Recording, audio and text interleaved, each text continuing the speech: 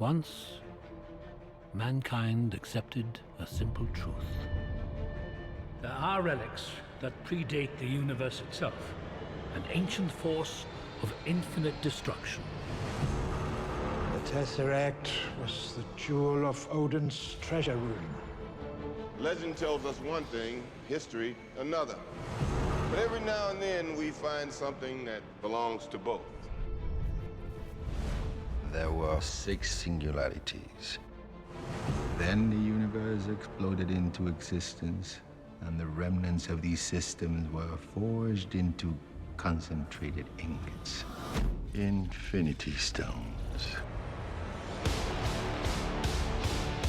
These stones, it seems, can mow down entire civilizations like wheat in a field. The Mind Stone is the 4th of the Infinity Stones to show up in the last few years. Someone has been playing an intricate game. You think you could find out what's coming? I do. Humans. They are not the cowering wretches we were promised. To challenge them is to court death.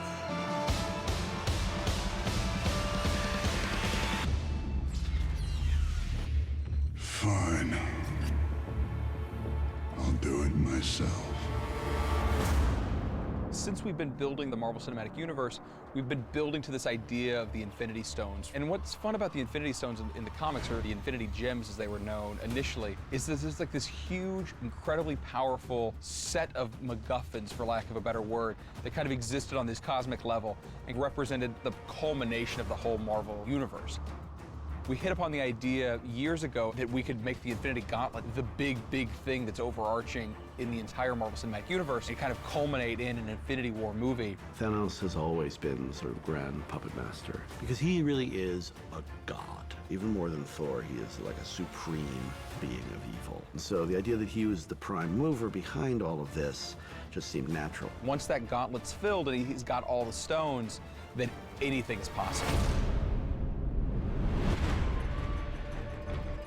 In the comics, you know, traditionally there have been 6 stones, and the first of them is the Space Stone, and it kind of allows interdimensional space travel to happen. And so in the movie universe, we made the Space Stone the Tesseract, which is a MacGuffin that's been with us since Captain America. We knew that it had cosmic origins, and up to that point, the only cosmic element that we've introduced is Thor, is Asgard, is the 9 realms. So we started saying, what if that's where it came from? So we added sort of a Norse overlay mythology to it. And we tracked that Tesseract through World War II to where it rests at the bottom of the ocean. We started realizing, as Loki finds his way to Earth in the beginning of the Avengers movie, that would be a hell of an artifact for him to go after and find and wreak havoc with. And what we find out is that, you know, Loki's manipulating the Space Stone, and he's then able to open a portal to outer space. At the end of the movie, the Tesseract is taken back to Asgard and put in Odin's treasure room. In Thor: The Dark World, we have the ether that ends up becoming the Reality Stone. While the other relics often appear as stones, the ether is fluid and ever-changing. It changes matter into dark matter. It's one of the most dangerous and threatening things they've ever come across, and honestly, it could consume the universe. Have you come to witness the end of your universe?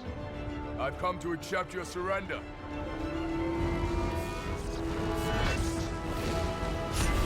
We last saw the ether in the Collector's Museum. Why not keep it secure in your own vault? The Tesseract is already on Asgard. It is not wise to keep 2 Infinity Stones so close together. The Collector is probably not the best custodian of that stone. 1 down. 5 to go. So the Power Stone is this incredibly powerful relic, as noted by the name. And we saw that one in Guardians of the Galaxy. And that is kind of what is inside of that orb. The stone reacts to anything organic. The bigger the target, the bigger the power surge. All Ronin's got to do is touch the stone to the planet's surface and zap all plants, animals, Nova Corps. Everything will die. Thanos' disciple is Ronin, the accuser. Thanos saw an opportunity where Ronin would be able to get the Power Stone for him. Return to me again empty-handed, and I will bathe the Starways in your blood. The Guardians of the Galaxy realize together they can actually stop Ronan and maybe have a chance against Thanos. You're immortal! How? We're the Guardians of the Galaxy. At the end of the movie, we leave the Power Stone in the Nova Vault, and it's left there safe, or so we think. One of the other stones in the comics is the Mind Stone, and it's the stone that allows the bearer to kind of alter people's minds and mess with their perception of things. And in the movies, what we've done with the Mind Stone is we've said that it is the stone that is in the scepter that Loki brings with him from Thanos. We catch up when in the Avengers Age of Ultron, the scepter is managing to run all these different experiments. Tony wants to study the gem, the stone that's in this scepter before Thor takes it back to Asgard. And one of the things he does is hook it up to his computer systems to analyze it. It's beautiful. You have to guess, what's it look like? Like it's thinking. And Tony ultimately realizes by bringing Vision to life, he actually will have something great. And it's that combination of the vibranium they put into Vision, the lightning that Thor puts into Vision, and Tony's genius and intellect that he puts into Vision that ultimately brings Vision to life and makes him this pure being. I've had a vision. A whirlpool that sucks in all hope of life, and at its center is that. What, the gem? It's the Mind Stone. It's one of the 6 Infinity Stones, the greatest power in the universe, unparalleled in its destructive capabilities. Those are all the stones that we've revealed so far. And so we've been keeping track of them in all the course of all these different films, and Thanos has been keeping track of all of it this whole time as well. But then what do you do with the Soul Stone? What do you do with the Time Stone? How do you play that out? And now we just have to kind of bring it all together over the course of Phase 3 of the Marvel Cinematic Universe and kind of bring all these stones to fruition and set up for Infinity War, which we think has potential to be just this huge epic saga. We're the Avengers. We can bust arms dealers all the live long day, but that up there, that's the end game.